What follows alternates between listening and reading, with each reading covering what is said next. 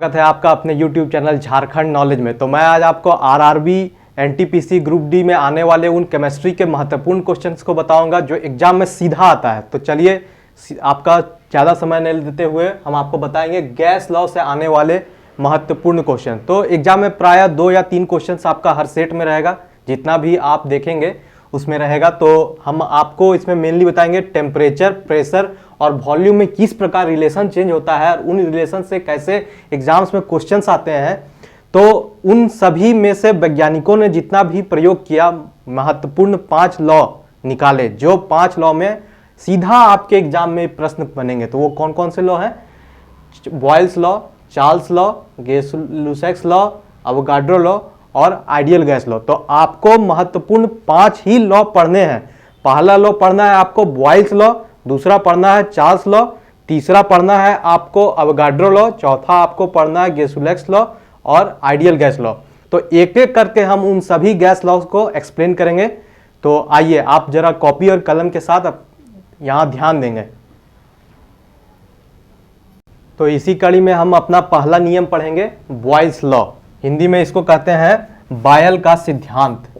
तो आपको मेनली इनसे जो क्वेश्चंस पूछे जाएंगे वो पूछे जाएंगे वॉल्यूम में क्या रिलेशन बनता है प्रेशर के साथ, प्रेशर में क्या रिलेशन बनता है वॉल्यूम के साथ। तो मैंने आपको स्टार्टिंग में ही बताया था ये सारा खेल टेम्परेचर, प्रेशर, वॉल्यूम यानी दाब, आयतन और ताप का है। तो इन्हीं तीनों में क्वेश्चंस पूछा जाता है कि इनमें से प्रश्न आपको दिया हुआ होगा कि प्रेशर बॉयल्स लॉ में घटेगा टेम्परेचर बढ़ाने पर, कब प्रेशर बढ़ेगा घटाने पर। तो इन्हीं सब के आपस में रिलेशन से आपके एक प्रश्न एग्जाम में आएंगे। तो चलिए हम स्टार्ट करते हैं बॉयल्स का लॉ। तो बॉयल्स लॉ में देखिए दोस्तों, एक क्लोज कंटेनर को समझाने के लिए मैंने आपको बनाया है ताकि आपको समझ में आएगा। इसमें एक पिस्टन लगाया गया है, इसके अंदर कोई द्रव भरा हुआ है, ये द्रव के अणु आप देख रहे हैं। तो इसमें क्या है, बाहर से हमारा तापमान कांस्टेंट रहेगा। आपको हर हाल में ये क्वेश्चन में दिया हुआ होगा कि टेम्परेचर कांस्टेंट है। तो बताएं कि आपको प्रश्न में ये दिया हुआ होगा कि बताएं तापमान कांस्टेंट रहने पर किस प्रकार से वॉल्यूम और प्रेशर का रिलेशन बनेगा, किस प्रकार वॉल्यूम और प्रेशर का रिलेशन बनेगा। तो एक सिंपल सा समझने के लिए पहले 1 मिनट ध्यान देंगे यहाँ पर कि यह मान लीजिए एक पिस्टन है, पिस्टन में कोई द्रव भरा हुआ है और जब हम इस पिस्टन पर हल्का सा फोर्स अप्लाई करेंगे, मतलब इसको यहाँ से इस प्रकार हम दबाते हैं तो यह नीचे आएगा। जब ये नीचे आएगा तो इसका पोजीशन अब दोस्तों यहाँ पर कुछ बनेगा इस प्रकार से, यानी ये पढ़ करके यहाँ आ गया। तो क्या हो रहा है कि ये जो वॉल्यूम था पहले, यह वॉल्यूम अब कंप्रेस होकर के इतने में आ गया, यानी कि पहले जो वॉल्यूम हमारा था वो घट रहा है। तो जब घट रहा है तो हमको इस पर दाब और ज़्यादा लगाना पड़ेगा, और घटाने के लिए हमको इसको और तेजी से दबाना पड़ेगा। तो एक बोलचाल की भाषा में आप लोगों ने अपने रियल लाइफ का एक एग्जांपल देते हैं दोस्तों।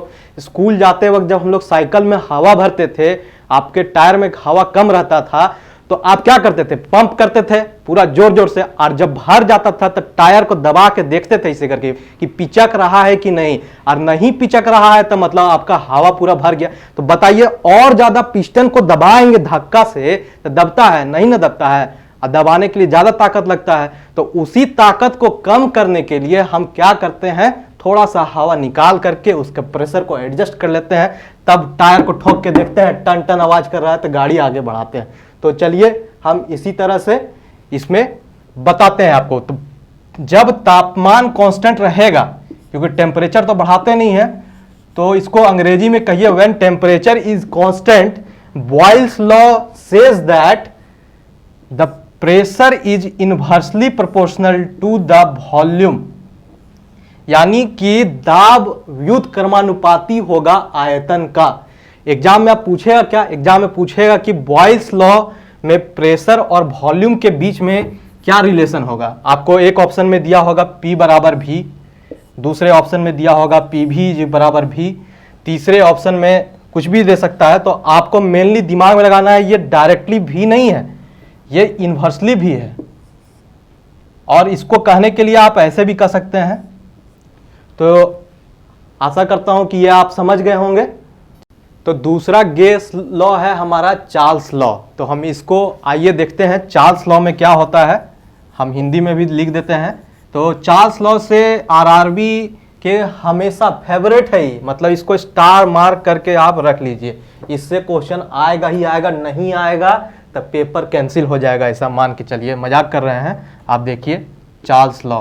तो चार्ल्स लॉ में क्या होता है दोस्तों, हमारा सिस्टम का प्रेशर सेम रहता है, यानी हमारे सिस्टम में दाब में किसी भी प्रकार का कोई परिवर्तन नहीं हो रहा है। तो जब दाब में परिवर्तन नहीं हो रहा है तो क्या होगा, जब प्रेशर कांस्टेंट होगा तो तापमान जब हम बढ़ाएंगे तो वॉल्यूम सीधा बढ़ेगा।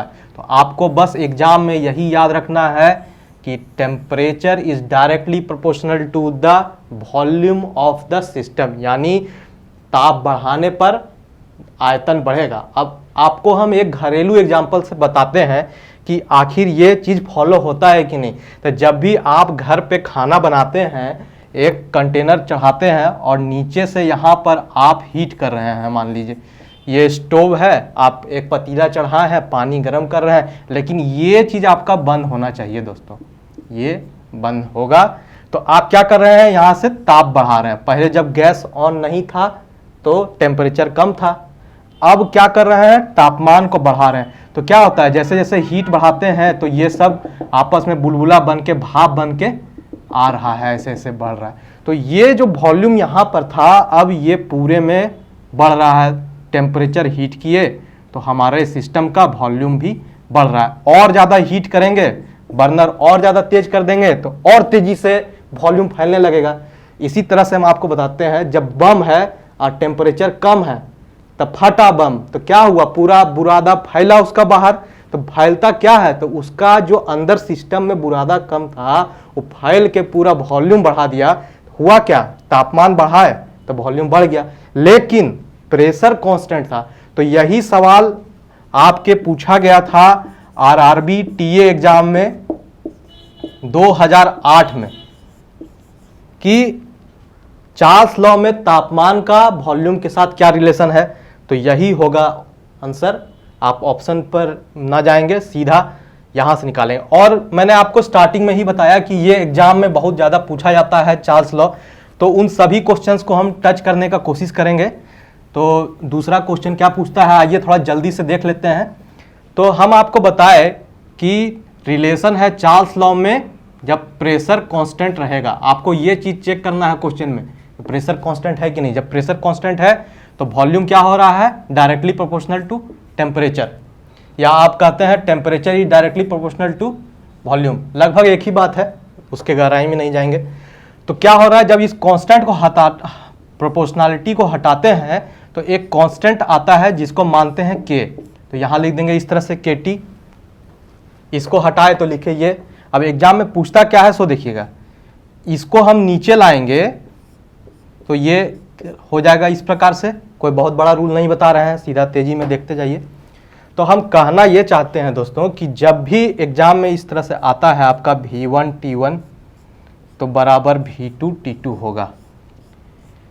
अब आपसे एग्जाम में प्रश्न पूछा जाएगा कि एक गैस है जिसका वॉल्यूम है, मान लीजिए V1 है 5 लीटर और जिसका तापमान है मान लीजिए आपका 20 डिग्री। तो आप टेम्परेचर को केल्विन में चेंज कर सकते हैं, या अगर ऑप्शन में उसी हिसाब से दे रहा है तो ऑप्शन के हिसाब से लेकर के आगे बढ़ेंगे। और दूसरे का बताएगा कि जब गर्म करेंगे तो ये है मान लीजिए 25 डिग्री। तो तीन वैल्यू दिया हुआ है, 5, 20 और 25। तो ये वॉल्यूम आपसे निकल जाएगा ना, क्योंकि हमारा लॉ क्या कहता है, V डायरेक्टली प्रोपोर्शनल है T के। तो इसी हिसाब से V बराबर KT करेंगे, V1 T1 इस तरह से नीचे आएगा। आप इसको अनंत तरीके से भी लिख सकते हैं, जैसे V1 T1 बराबर V2 T2 बराबर V3 T3 ये जाएगा। क्योंकि आपको बस एक ही चीज़ दिमाग में अटा के रखना है कि जब भी हम इसको हीट करेंगे तो ये फैलेगा, फैलने का मतलब होता है वॉल्यूम बढ़ता है। तो बस अब दूसरा, तो तीसरा नियम है गे-लुसैक्स लॉ, हम लिख देते हैं हिंदी में भी। और गे-लुसैक्स लॉ, इससे प्रीवियस जो आप चार्ल्स लॉ पढ़े थे उसी के ही बराबर है। तो लिखते हैं गे-लुसैक्स लॉ। पिछले में क्या पढ़े थे, याद करने की कोशिश कीजिए। शॉर्टकट में लिख देते हैं गे-लुसैक्स लॉ, आप उतना समझ जाइएगा। तो चार्ल्स लॉ में हम पढ़े थे कि जब हम तापमान को बढ़ाएंगे तो हमारा वॉल्यूम जो है वो बढ़ेगा। तो यहाँ क्या होगा, यहाँ मेनली हमको हम किस किस चीज़ में चेंज करते हैं, जब भी हम चेंज करते हैं तो यही दोनों में करते हैं और तीसरे का रिलेशन निकालते हैं। तो यहाँ भी कुछ वैसा ही हो रहा होगा, या तो टेम्परेचर कांस्टेंट होगा, या तो प्रेशर कांस्टेंट होगा, या तो वॉल्यूम कांस्टेंट होगा। तो आप याद कीजिए, जब हम आपको शुरू में बॉयल्स लॉ बता रहे थे तो क्या कांस्टेंट रखे थे, ठीक समझे, वही याद है, बतावें, चलिए ठीक। तो अब हम देखेंगे गे-लुसैक्स लॉ। गे-लुसैक्स लॉ में हमेशा सिस्टम का वॉल्यूम कांस्टेंट होगा, यानी हम इस बर्तन में दूध को भर दिए 1 लीटर, तब पूरी 1 लीटर है, इसमें कुछ और नहीं है, यानी यहां तक लबालब भरल है पूरा ठसठसा के। और क्या किए, इसका हम पेंदी में आग लगाए, यानी कि इसको हम फायर कर रहे हैं। किस लिए फायर, इसलिए कर रहे हैं ताकि टेम्परेचर इस सिस्टम का बढ़ेगा और क्या कहे, वॉल्यूम कांस्टेंट रहेगा, यानी दूध हमारा 1 लीटर ही रहेगा। और इसको थोड़ा देर के बाद हम बंद कर देते हैं। तो जैसे ही हम इसमें टेम्परेचर इंक्रीज कर रहे हैं तो सिस्टम में क्या हो रहा है, हमारा जो दूध था वो कांस्टेंट है, लेकिन टेम्परेचर देने के कारण जो उसके बीच का इंटरमॉलिक्यूलर स्पेसेस होता है दूध का, ये तो इस साइड आगे बढ़ेगा, लेकिन बढ़ने के लिए तो इसको कोई जगह नहीं है, क्योंकि सब में पूरा में दूध ही भरा हुआ है। चलिए इसको बढ़िया से हम आपको बताते हैं। यहां पर देखिए, थोड़ा सा बड़ा कर देते हैं। तो सब पूरे में दूध भरा हुआ है और नीचे से हम तापमान को बढ़ा रहे हैं, हीट कर रहे हैं। तो ये सारा दूध तो ऑलरेडी इस दीवार में जो कंटेनर का है एक तरह से पैक है, लेकिन जब हम तापमान बढ़ाएंगे तो ये फैलने का कोशिश करेगा, ये इसको धक्का देगा, ये इसको धक्का देगा। तो फाइनली क्या हो रहा है, जितना भी सारा मॉलिक्यूल जो है वो एक दूसरे को धक्का देते देते इस पर धक्का देना चालू करेगा। ये सारे दीवार पर ही इस प्रकार से वो धक्का देता है। धक्का लगाना क्या होता है, किसी को प्रेशर से ठेल देना होता है, यानी एक तरह का फोर्स बढ़ रहा है। ऐसे भी जब आप जानते हैं कि लिक्विड के जो भी अणु होते हैं उनके बीच का ये जो डिस्टेंस होता है, इसको कहा जाता है इंटरमॉलिक्यूलर डिस्टेंस, वो सॉलिड के अपेक्षा ज़्यादा होता है। जब हम तापमान देंगे तो फैलेगा। किसी भी चीज़ में जब हम टेम्परेचर बढ़ाते हैं तो उसका क्या होता है, बढ़ता है। गर्मी का दिन में तापमान जब बढ़ा होता है, पसीना टर टर टपकते रहता है, आप क्या बोलते हैं, अरे तनी फर के बैठो ना, बहुत गर्मी है, सट काहे रहा है। तो वही हिसाब है यहाँ भी, जब इसको गर्म कर रहे हैं, इसका तापमान बढ़ रहा है, इधर टकरा रहा है, इधर टकरा रहा है, ये फाइनली क्या कर रहा है, इस दीवार पर प्रेशर बढ़ा रहा है, यानी प्रेशर बढ़ा रहा है, बढ़ा रहा है, बढ़ा रहा है। कितना दूर तक बढ़ाएगा, जब तक इस दीवार का क्षमता रहेगा। तो आप सिंपल इमेजिन कीजिए, कुकर चढ़ाए हुए हैं खाना बनने के लिए और तापमान बढ़ा रहे हैं, क्या होता है, बाद में जब प्रेशर बहुत ज़्यादा बढ़ जाता है तो सीटी लगता है, तो वो क्या करता है, प्रेशर को रिलीज करता है। इसी तरह जब आप आरआरबी का एग्जाम दे दीजिएगा ना, और ये क्वेश्चन आएगा गे-लुसैक्स लॉ, और आप देखिएगा कि वहाँ भी कांस्टेंट है, आप भी क्या कीजिएगा, pressure is directly proportional to temperature. तो उम्मीद है कि दिसंबर में एग्जाम होगा, टेम्परेचर उसमें कम रहेगा, जब एग्जाम देने जाइएगा तो हीट हो जाइएगा, जब हीट रहिएगा तो प्रेशर भी रहेगा। और उसी प्रेशर में आपको ये दिमाग में रखना है कि गे-लुसैक्स लॉ में प्रेशर बढ़ाने पर या टेम्परेचर बढ़ाने पर प्रेशर बढ़ता है। तो इस तरह से जैसे हम उसमें आपको बताए थे कि pressure directly proportional to T होता है। ये कांस्टेंट को हटाएंगे तो चार्ल्स लॉ की तरह ही यहाँ भी एक कांस्टेंट आएगा जो टी कहलाएगा, और ये जब यहाँ नीचे आ जाएगा तो इस प्रकार से ये P is equal to constant of proportionality हटाएंगे तो ये आएगा। ये है आपका चार्ल्स लॉ, ये है आपका गे-लुसैक्स लॉ। यानी जब प्रेशर बढ़ाते हैं तो भी टेम्परेचर बढ़ता है, और जब टेम्परेचर बढ़ाते हैं तो भी प्रेशर बढ़ाते हैं। तो ये चीज़ हमारा फिक्स रहेगा। तो आपको पता है, एक बढ़ाएंगे तो दूसरा घटेगा।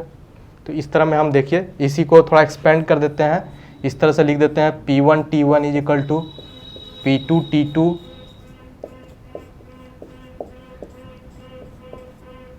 तो ये बहुत ही आसान भाषा में आप समझ रहे हैं। अभी तो बस हम ऐसे रफ करके बता रहे हैं, जब न्यूमेरिकल के सारे सवाल को बताएंगे तो ये भी बताएंगे बॉयल्स लॉ में कौन सा न्यूमेरिकल था, क्या मात्रा थी, चार्ल्स लॉ में क्या था, बॉयल्स लॉ में क्या था, तो आपको बिल्कुल भी टेंशन नहीं लेना है। तो चौथा नियम है गैस का एवोगाड्रो का नियम।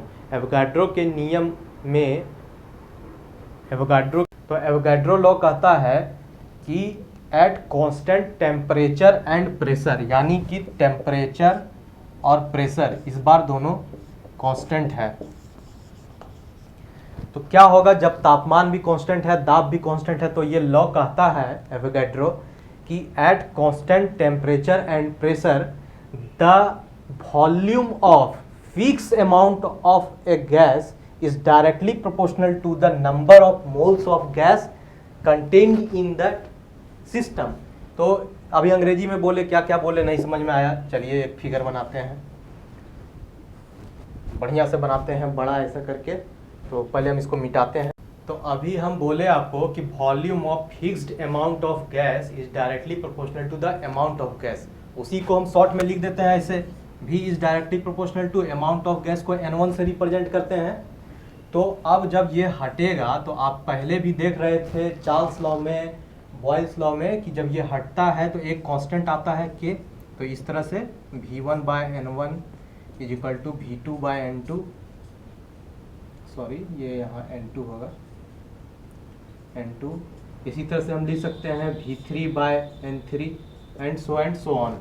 तो अब इसमें समझना क्या है आपको, तो एक ऐसे समझिए आप कि आप एक रूम में हैं, इस रूम में एसी चल रहा है और आपका टेम्परेचर कांस्टेंट है, एसी चल रहा है, आप बैठे हुए हैं एसी रूम में, इसका मतलब आप टेंशन मुक्त हैं, प्रेशर नहीं है आपके दिमाग पर। तो क्या होगा, उस रूम में जितना भी लोग बैठे हुए हैं सब रिलैक्स फील कर रहे हैं। तो आप वो सब छोड़िए, इन्वायरमेंट पर आइए। इन्वायरमेंट में होता है ऑक्सीजन, आपका होता है नाइट्रोजन, और इसी तरह से जो भी गैस है सिलिकॉन वगैरह जितना भी आप जान रहे हैं। तो सिलिकॉन को छोड़िए, यहाँ हम कार्बन ले लेते हैं, ठीक है। तो अब आप दो बैलून बना है, तो यही दोनों मान के चलिए कि ये एक ऑक्सीजन वाला है और एक नाइट्रोजन वाला है। तो कहने का तात्पर्य है कि इन दोनों में वॉल्यूम सेम है, तो नंबर ऑफ मोल्स भी सेम होगा। कैसे सेम होगा, ये हम आपको एक और अलग फिगर में बना के दिखाते हैं। तो हम एक नया एग्जांपल लेते हैं। सपोज कीजिए एक लड़का है, इसको बैलून फुलाना है, तो ये इसमें गैस है, कहा गया है कि बाबू इसमें जितना ऑक्सीजन है ये बैलून में डाल दो। तो ये क्या करेगा, यहाँ से पंप करेगा, ये पंप करेगा तो इसको पंप करते करते ये खत्म कर देगा, यानी जितना भी इस पर ऑक्सीजन था सारा अब आ गया इस बैलून में। तो ये क्या किया, इसमें जो फिक्स्ड अमाउंट ऑफ गैस था वही ना ट्रांसफर किया यहाँ पर। तो वही चीज लिखे हैं, देखिए यहाँ पर इसका जो वॉल्यूम बढ़ रहा है, यानी ये जो बैलून था पहले पिचका हुआ, इसको फुलाए तो फूला तो ये इसका वॉल्यूम बढ़ा। तो वॉल्यूम कौन सा बढ़ा, जो नंबर ऑफ मॉलिक्यूल्स यहाँ पर था वही यहाँ पर आया है।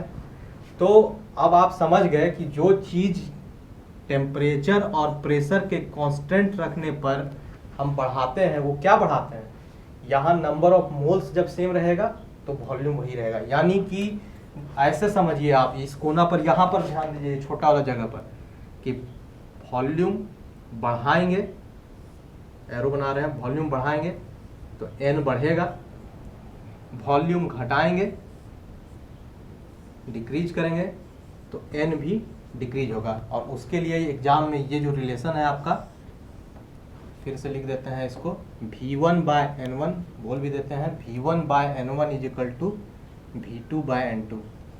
इससे एग्जाम में प्रश्न बनेगा आपका। तो एक और क्वेश्चन जो डायरेक्टली आपका ग्रुप डी में पूछा जाता है वो हम आपको बताते हैं, वो है एवोगाड्रो संख्या। तो एवोगाड्रो संख्या क्या होता है, एक बार जल्दी से ही देख लेंगे। तो ये जो कांस्टेंट आ रहा है ना यहाँ पर, इसी को एवोगाड्रो संख्या के रूप में हम लिखते हैं। एक और क्वेश्चन जो एग्जाम में पूछा जाता है कि what is the unit of Avogadro number और what is the SI unit of Avogadro constant. तो एक चीज आप बहुत अच्छा से जानते होंगे कि किसी भी कांस्टेंट का कोई यूनिट नहीं होता है, लेकिन एग्जाम में फंसाने के लिए आपको यही चीज पूछता है कि what is the SI unit of Avogadro number या फिर कांस्टेंट जो बोल लीजिए। सबसे पहले हम जानेंगे कि एवोगाड्रो नंबर होता क्या है। तो एक आप नंबर अपने दिमाग में अभी से याद कीजिएगा, और आपको याद भी नहीं करना है, जो हम ट्रिक बता रहे हैं उससे आपको दिमाग पर एक जरा भार नहीं पड़ेगा, आपको याद भी हो जाएगा। वो मैजिकल नंबर है ये। देखिए यहाँ कोनो यूनिट लिखे हैं, नहीं लिखे हैं, इसका मतलब ये यूनिटलेस क्वांटिटी है, इसका कोई यूनिट नहीं है। तो आप कैसे याद कीजिएगा, देखिए ये नंबर है, बस एक आर्बिट याद कीजिए इसको 6.023, ये जो 23 है बस 10 के पावर में 23 लगा देंगे, बस यही याद रखना है आपको। तो इसी कड़ी में हमारा 5वां लॉ है आइडियल गैस लॉ। तो ये जो आपको हम एवोगाड्रो इससे पहले बता रहे थे ना, वही आइडियल गैस लॉ के ही एक स्पेसिफिक केस है। वो कैसे है हम आपको लास्ट में प्रूव करके बताएंगे। आइए देखते हैं आइडियल गैस लॉ क्या है। आइडियल मतलब देखिए सब चीज अब आइडियल यानी कि हर चीज कांस्टेंट होगा। तो क्या क्या कांस्टेंट होगा, अभी तक हम क्या लेके चल रहे थे, टेम्परेचर, प्रेशर, वॉल्यूम। तो यहाँ भी वही चीज है, टेम्परेचर कांस्टेंट, प्रेशर कांस्टेंट। तो एग्जाम में इसे देखिए सीधा आपको ये फॉर्मूला पूछा जाता है कि ये PV बराबर क्या होगा, nRT होगा या 1/RT होगा। आप याद रखिएगा आइडियल गैस लॉ में मतलब ऐसा माना गया है, आइडियल किसी भी चीज को पढ़ते हैं ताकि रियल चीज पर हम पहुंच सकें। यही उद्देश्य था वैज्ञानिकों का। तो उन्होंने नंबर ऑफ एक्सपेरिमेंट्स जो किया उसी आधार पर बताया कि ऐसा माना जाता है कि प्रेशर और वॉल्यूम किसी भी सिस्टम का हम समान रखेंगे तो वो नंबर ऑफ मोल्स पर, ये जो n है इस पर डिपेंड करेगा। तो एक सिंपल सा कॉन्सेप्ट है यहाँ पर, देखिए ये RT जब नीचे आ जाता है PV = nRT में, तो इस तरह से हो जाएगा PV, इसको P1 V1 लिख लीजिए, क्योंकि ये R तो कांस्टेंट है, ये रियल गैस कांस्टेंट है, टेम्परेचर हमको कांस्टेंट रखना है। इसी तरह से P2 V2 भी बनेगा।